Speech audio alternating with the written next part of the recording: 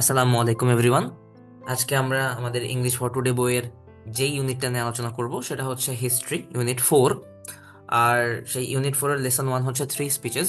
এই এই লেসনে তিনটা বিখ্যাত ভাষণ, ইতিহাসে তিনটা বিখ্যাত ভাষণ নিয়ে আলোচনা করা হয়েছে। তো আজকের ক্লাসে আমরা প্রথম ভাষণটা নিয়ে আলোচনা করব, যে ভাষণটা দিয়েছিলেন মার্টিন লুথার কিং জুনিয়র।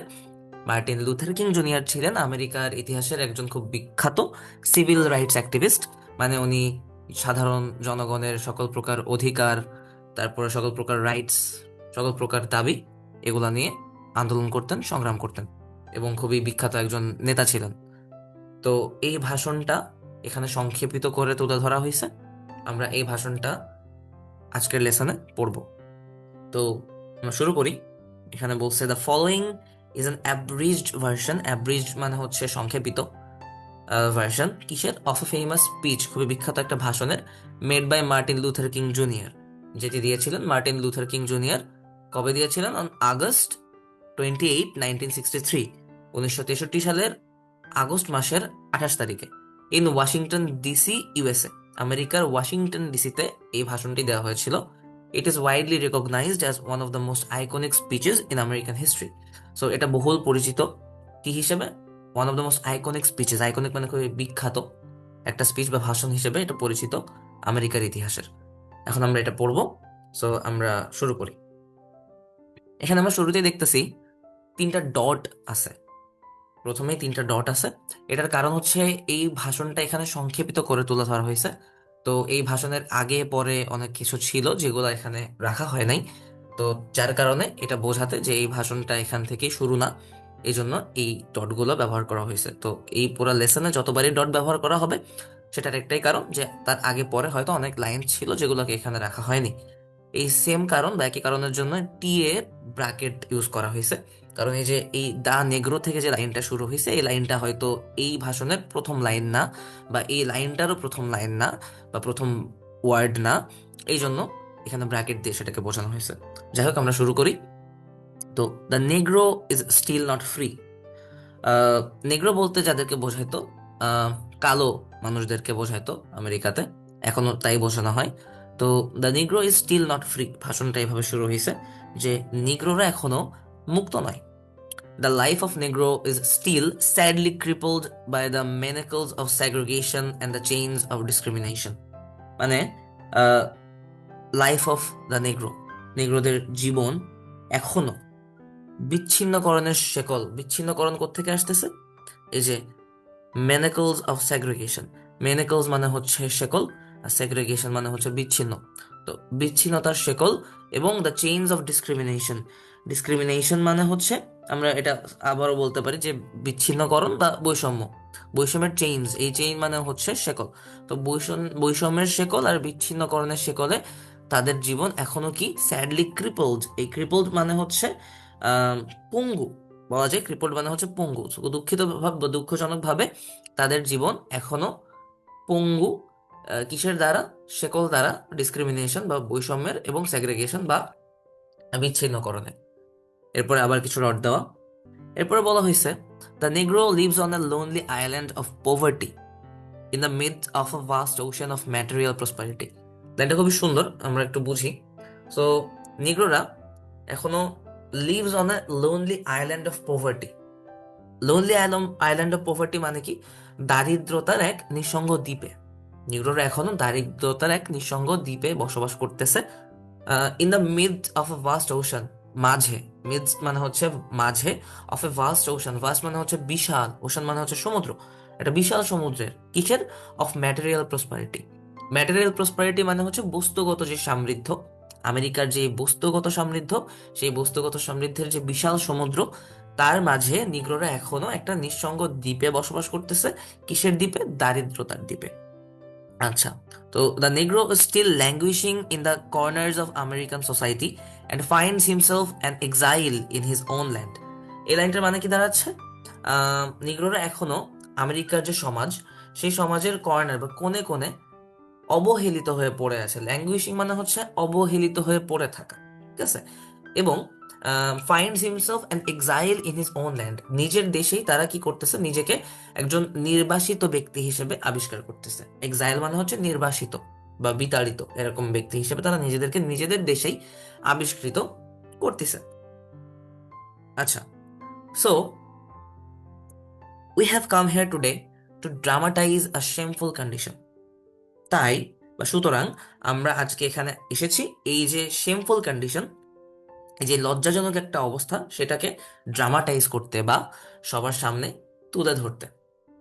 এরপরে তিনি বলেন, I say to you today my friends, মানে আজ আমি তোমাদেরকে বলছি আমার বন্ধুরা, so even though we face the difficulties of today and tomorrow, তার মানে হচ্ছে আজ ও আগামীর যেই নানান কঠিন বাস্তবতার মুখোমুখি আমরা হব, সেই মুখোমুখির বাস্তবতার মুখোমুখি হয়েও I still have a dream, আমার এখনো একটি স্বপ্ন আছে।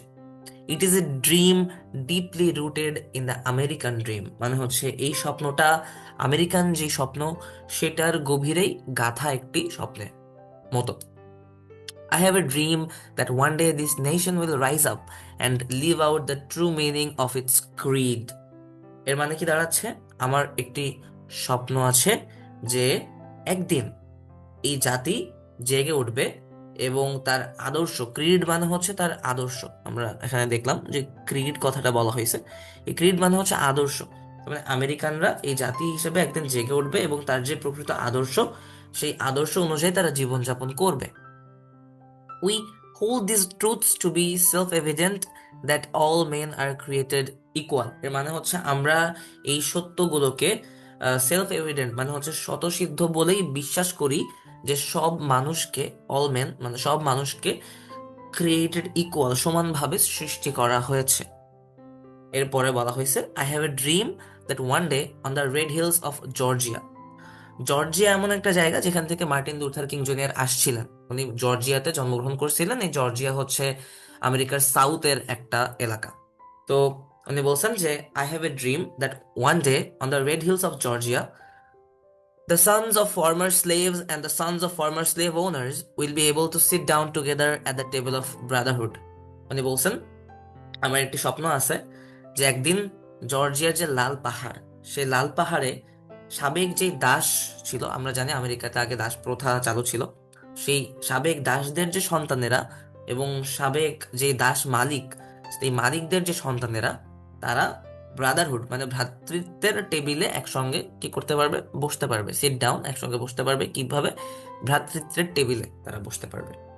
এরপরে বলছেন, I have a dream that one day even the state of Mississippi, even the state of Mississippi কেন বলা হয়েছে, যে state sweltering with the heat of injustice, sweltering with the heat of oppression will be transformed into an oasis of freedom and justice. তো মিসিসিপিকে নিয়ে বলা হয়েছে যে আমার একটা স্বপ্ন আছে একদিন এমন কি মিসিসিপি রাজ্য, যে রাজ্যটা এমন একটা রাজ্য যেখানে অবিচারের উত্তাপে জ্বলছে।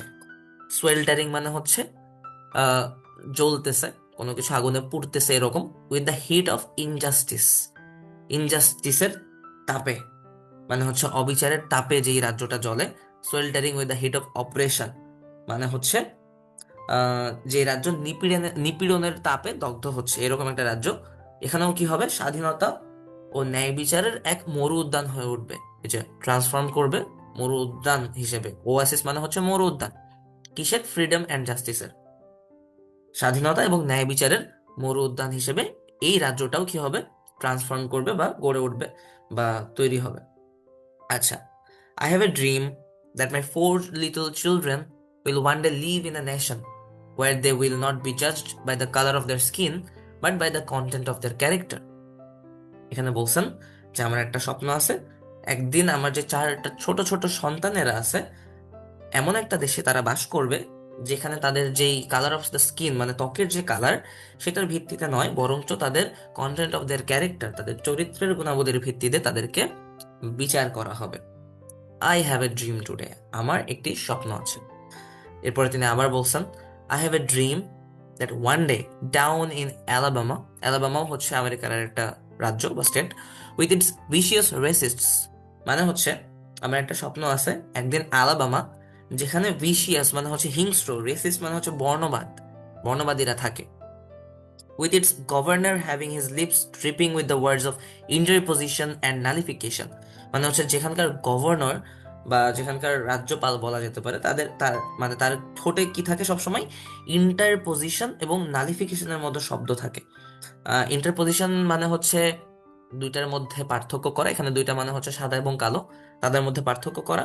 আর নালিফিকেশন মানে হচ্ছে আমরা বলতে পারি এথনিক ক্লিনজিং, বা হচ্ছে জাতিগত যেই ক্লিনজিংটা করা হইতো, তখন জাতিগত যেই উচ্ছেদটা করা হতো, সেটাকে বলা হয়েছে হচ্ছে নালিফিকেশন। ঠিক আছে, that one day write down in Alabama little black boys and black girls will be able to join hands with little white boys and white girls as sisters and brothers. তো তিনি বলছেন যেখানে ইন্টারপোজিশন এবং নালিফিকেশনের মতো শব্দ তার মুখ থেকে ঝরে পড়ে, সেই অ্যালবামাতেই একদিন কি হবে, ছোট কালো ছেলেমেয়েরা এবং ছোট ছোট যে সাদা ছেলেমেয়েরা আছে তারা একসঙ্গে ভাই ও বোন হিসেবে হাত মিলিয়ে দাঁড়াতে পারবে। এরকম একটা স্বপ্ন মার্টিন লুথার কিং জুনিয়র দেখতেছিলেন। I have a dream today, আমার একটি স্বপ্ন আছে। I have a dream that one day every valley shall be exalted, every hill and mountain shall be made low. এর মানে কি দাঁড়াচ্ছে, আমার একটি স্বপ্ন আছে একদিন প্রতিটি উপত্যকা উঁচু হবে। ভ্যালি মানে হচ্ছে উপত্যকা, আর এক্সalted মানে হচ্ছে উঁচু হওয়া, এবং every hill and mountain shall be made low, তার মানে প্রতিটি পাহাড় এবং পর্বত কি হবে, নিচু হবে। এখানে তিনি বোঝাইতে চাইছেন আহ সাম্যবোধের কথা, যে সবাই সমান, সবাই সমানভাবে জীবনযাপন করবে। এই যে ব্যবধানটা ধনী গরিব সাদা কালোর, এটা আর থাকবে না। এটাকে তিনি মেটাফোর হিসেবে ইউজ করছেন। The rough places will be made plain and the crooked places will be made straight. আবারও কিছু মেটাফোর এখানে দেওয়া হয়েছে, যে রুক্ষ যে স্থানগুলো আছে সেগুলো কি হবে, সমতল হবে, এবং ক্রুকড বা বাঁকা যে পথগুলো আছে সেগুলো কি হবে, সোজা হবে, সোজা হয়ে যাবে। And the glory of the Lord shall be revealed, and all flesh shall see it together. Glory of the Lord মানে আমরা বলতে পারি প্রভু বা ঈশ্বর বা ভগবান, তার যে মহিমা, গ্লোরি, সেটা কি হবে, রিভিলড হবে বা প্রকাশিত হবে। এবং অল ফ্লেশ, এখানে বোঝাইছে ফ্লেশ বলতে মানব জাতিকে বা সকল প্রাণীকুলকে, অল ফ্লেশ শ্যাল সি ইট টুগেদার মানে হচ্ছে সকল মানুষ বা মানব জাতি একসঙ্গে সেটাকে প্রত্যক্ষ করবে বা দেখবে। দিস ইজ আওয়ার হোপ, এটা আমাদের আশা।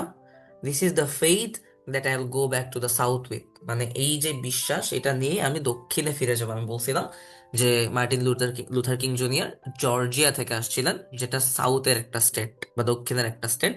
তো উনি ওয়াশিংটন ডিসিতে ভাষণ দিয়ে এই যে আশা বা এই যে প্রত্যাশা, এটা নিয়ে তিনি আবার সেই জর্জিয়াতে ফিরে যাবেন, সেটার কথাই তিনি এই লাইনটা দ্বারা বোঝাইছেন। আচ্ছা, এরপরে with this faith, we will be able to hew out of the mountains of despair a stone of hope. এই লাইনটা একটু বুঝতে হবে, যে উইথ দিস ফেইথ মানে এই বিশ্বাসের যে শক্তি, এই শক্তিতেই আমরা কি করতে পারবো, will be able to hew out of the mountain, মানে আমরা মাউন্টেন অফ ডিসপেয়ার, ডিসপেয়ার মানে হচ্ছে হতাশা, সো আমরা যে হতাশার পাহাড়, সেটা থেকে আমরা কি করতে পারবো, এ স্টোন অফ হোপ আমরা হিউ আউট করতে পারবো, মানে আমরা গড়ে তুলতে পারবো একখণ্ড পাথর। একখণ্ড কিসের পাথর, হোপের পাথর, আশার পাথর। তো আমরা এই বিশ্বাসের শক্তিতেই হতাশার পাহাড় থেকে আশার একখণ্ড পাথর গড়ে তুলতে পারবো। এই লাইনটা দ্বারা তিনি এভাবে বোঝাতে চাইছেন, with this faith we will be able to transform the jangling discords of our nation into a beautiful symphony of brotherhood. এই লাইনটার মানে কি, মানে হচ্ছে জ্যাংলিং ডিসকর্ড যদি আমি বলি, সেটা হচ্ছে বেসুরো কোনো শব্দকে বোঝায়। জ্যাংলিং ডিসকর্ড বেসুরো যে সুর, আর সিম্ফনি মানে আমরা জানি খুবই সুন্দর কোনো শব্দকে সিম্ফনি বলতে পারি। তো উনি বোঝাইতে চাইছেন যে আমরা এই বিশ্বাসের শক্তিতে আমাদের যে জাতির বেসুরো যে বিরোধগুলো আছে সেগুলোকে ভ্রাতৃত্বের একটা সুন্দর সিম্ফনিতে রূপান্তরিত করতে পারবো। আচ্ছা, with this faith, we will be able to work together, to pray together, to struggle together, to go to jail together, to stand up for freedom together, knowing that we will be free one day.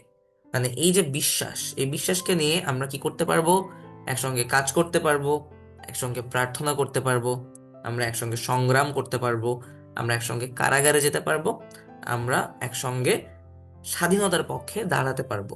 এইটাই জেনে যে আমরা একদিন অবশ্যই মুক্ত বা স্বাধীন হব। And if America is to be a great nation, এবং যদি আমেরিকাকে একটি মহান জাতি হতে হয়, দিস মাস্ট বিকাম ট্রু, এটাকে অবশ্যই সত্যতে পরিণত হতে হবে। So let freedom ring from the prodigious hilltops of New Hampshire. New Hampshire হচ্ছে আরো একটা স্টেট, আরো একটা রিজিয়ন বা এলাকা আমেরিকার। তো উনি বলছেন সো লেট ফ্রিডম রিং, মানে হচ্ছে এই নিউ হ্যাম্পশায়ার যেই জায়গাটা, সেখানকার প্রডিজিয়াস হিলটপস থেকে, প্রডিজিয়াস মানে হচ্ছে বিশাল, বিশাল হিলটপস মানে হচ্ছে পাহাড় চূড়া, তাই নিউ হ্যাম্পশায়ারের বিশাল পাহাড় চূড়া থেকে স্বাধীনতার ধ্বনি প্রতিধ্বনিত হোক। Let freedom ring, let freedom ring from the mighty mountains of New York. New York আমরা জানি আরো একটা স্টেট। সো নিউ ইয়র্কের যে শক্তিশালী পর্বতসমূহ, মাইটি বা শক্তিশালী পর্বতসমূহ, ওখান থেকেও স্বাধীনতার ধ্বনি প্রতিধ্বনিত হোক। Let freedom ring from the heightening Alleghenies of Pennsylvania. পেনিসিলভেনিয়াও হচ্ছে আরো একটা স্টেট আমেরিকা। তো আমেরিকার যে পেনিসিলভেনিয়া, সেখানকার উঁচু অ্যালেগানি পর্বতমালা, অ্যালেগানি হচ্ছে পর্বতমালার নাম, সেই পর্বতমালা, হাইটেনিং অ্যালেগানি, সেই পর্বতমালা থেকে স্বাধীনতার ধ্বনি প্রতিধ্বনিত হোক। Let freedom ring from every hill and mole hill of Mississippi. আমরা মিসিসিপি সম্পর্কে পড়েছি। সো এই যে মিসিসিপি, এখানকারও প্রত্যেকটা পাহাড় এবং প্রত্যেকটা টিলার উপর থেকেও কি হোক, স্বাধীনতার ধ্বনি প্রতিধ্বনিত হোক। From every mountain side let freedom ring, মানে প্রত্যেকটা পর্বতের ঢাল থেকে স্বাধীনতার ধ্বনি প্রতিধ্বনিত হোক। অ্যান্ড হোয়েন দিস হ্যাপেন্স, আর যখন এটা হবে, and when we allow freedom to ring, এবং যখন আমরা স্বাধীনতার ধ্বনিকে প্রতিধ্বনিত হতে দিব, when we let it ring from every village and every hamlet, যখন আমরা প্রতিটি গ্রাম এবং প্রতিটি জনপদ, হ্যামলেট মানে আমরা ছোট জনপদ বলতে পারি, হ্যামলেট থেকে, from every state and from every city, আমরা প্রতিটি রাজ্য এবং প্রতিটি শহর থেকে প্রতিধ্বনিত হতে দিব, we will be able two speed up that day when all of God's children, আমরা স্পিড আপ করতে পারবো, মানে আমরা ওই দিন দ্রুত এগিয়ে আনতে পারবো সেই দিনটাকে। কোন দিন? যেদিন all of the God's children, মানে হচ্ছে আমরা বলতে পারি ঈশ্বরের প্রতিটি সন্তান, তখন যারা কিনা black man and white man, মানে হচ্ছে সাদা মানুষ বা কালো মানুষ হতে পারে, তারা হতে পারে জুজ অর জেন্টাইলস, মানে ইহুদি হইতে পারে বা অইহুদিও হইতে পারে, প্রোটেস্ট্যান্টস অ্যান্ড ক্যাথলিক্স, এরা হচ্ছে খ্রিস্টানদের বিভিন্ন ধরন। তো এরা প্রোটেস্ট্যান্টসও হতে পারে বা ক্যাথলিকও হতে পারে। Will be able to join hands and sing in the words of the old Negro spiritual, মানে কি করতে পারবে? সকলেই হাত ধরাধরি করে পুরানো একটি নিগ্রোদের আধ্যাত্মিক গানের ভাষায় তারা গাইতে পারবে। কি গাইতে পারবে?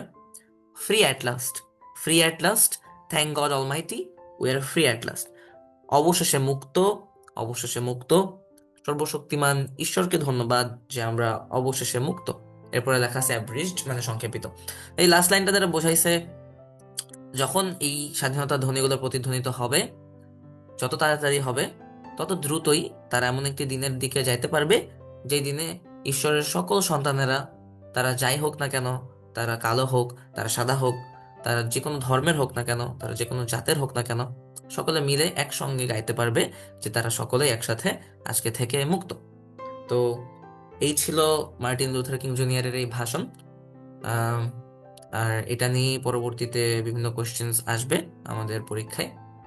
তো আমরা ওইগুলা হয়তো সরাসরি ক্লাসে আলোচনা করব। আপাতত এই লেসনটা এতটুকুই। Thank you so much. আসসালামু আলাইকুম।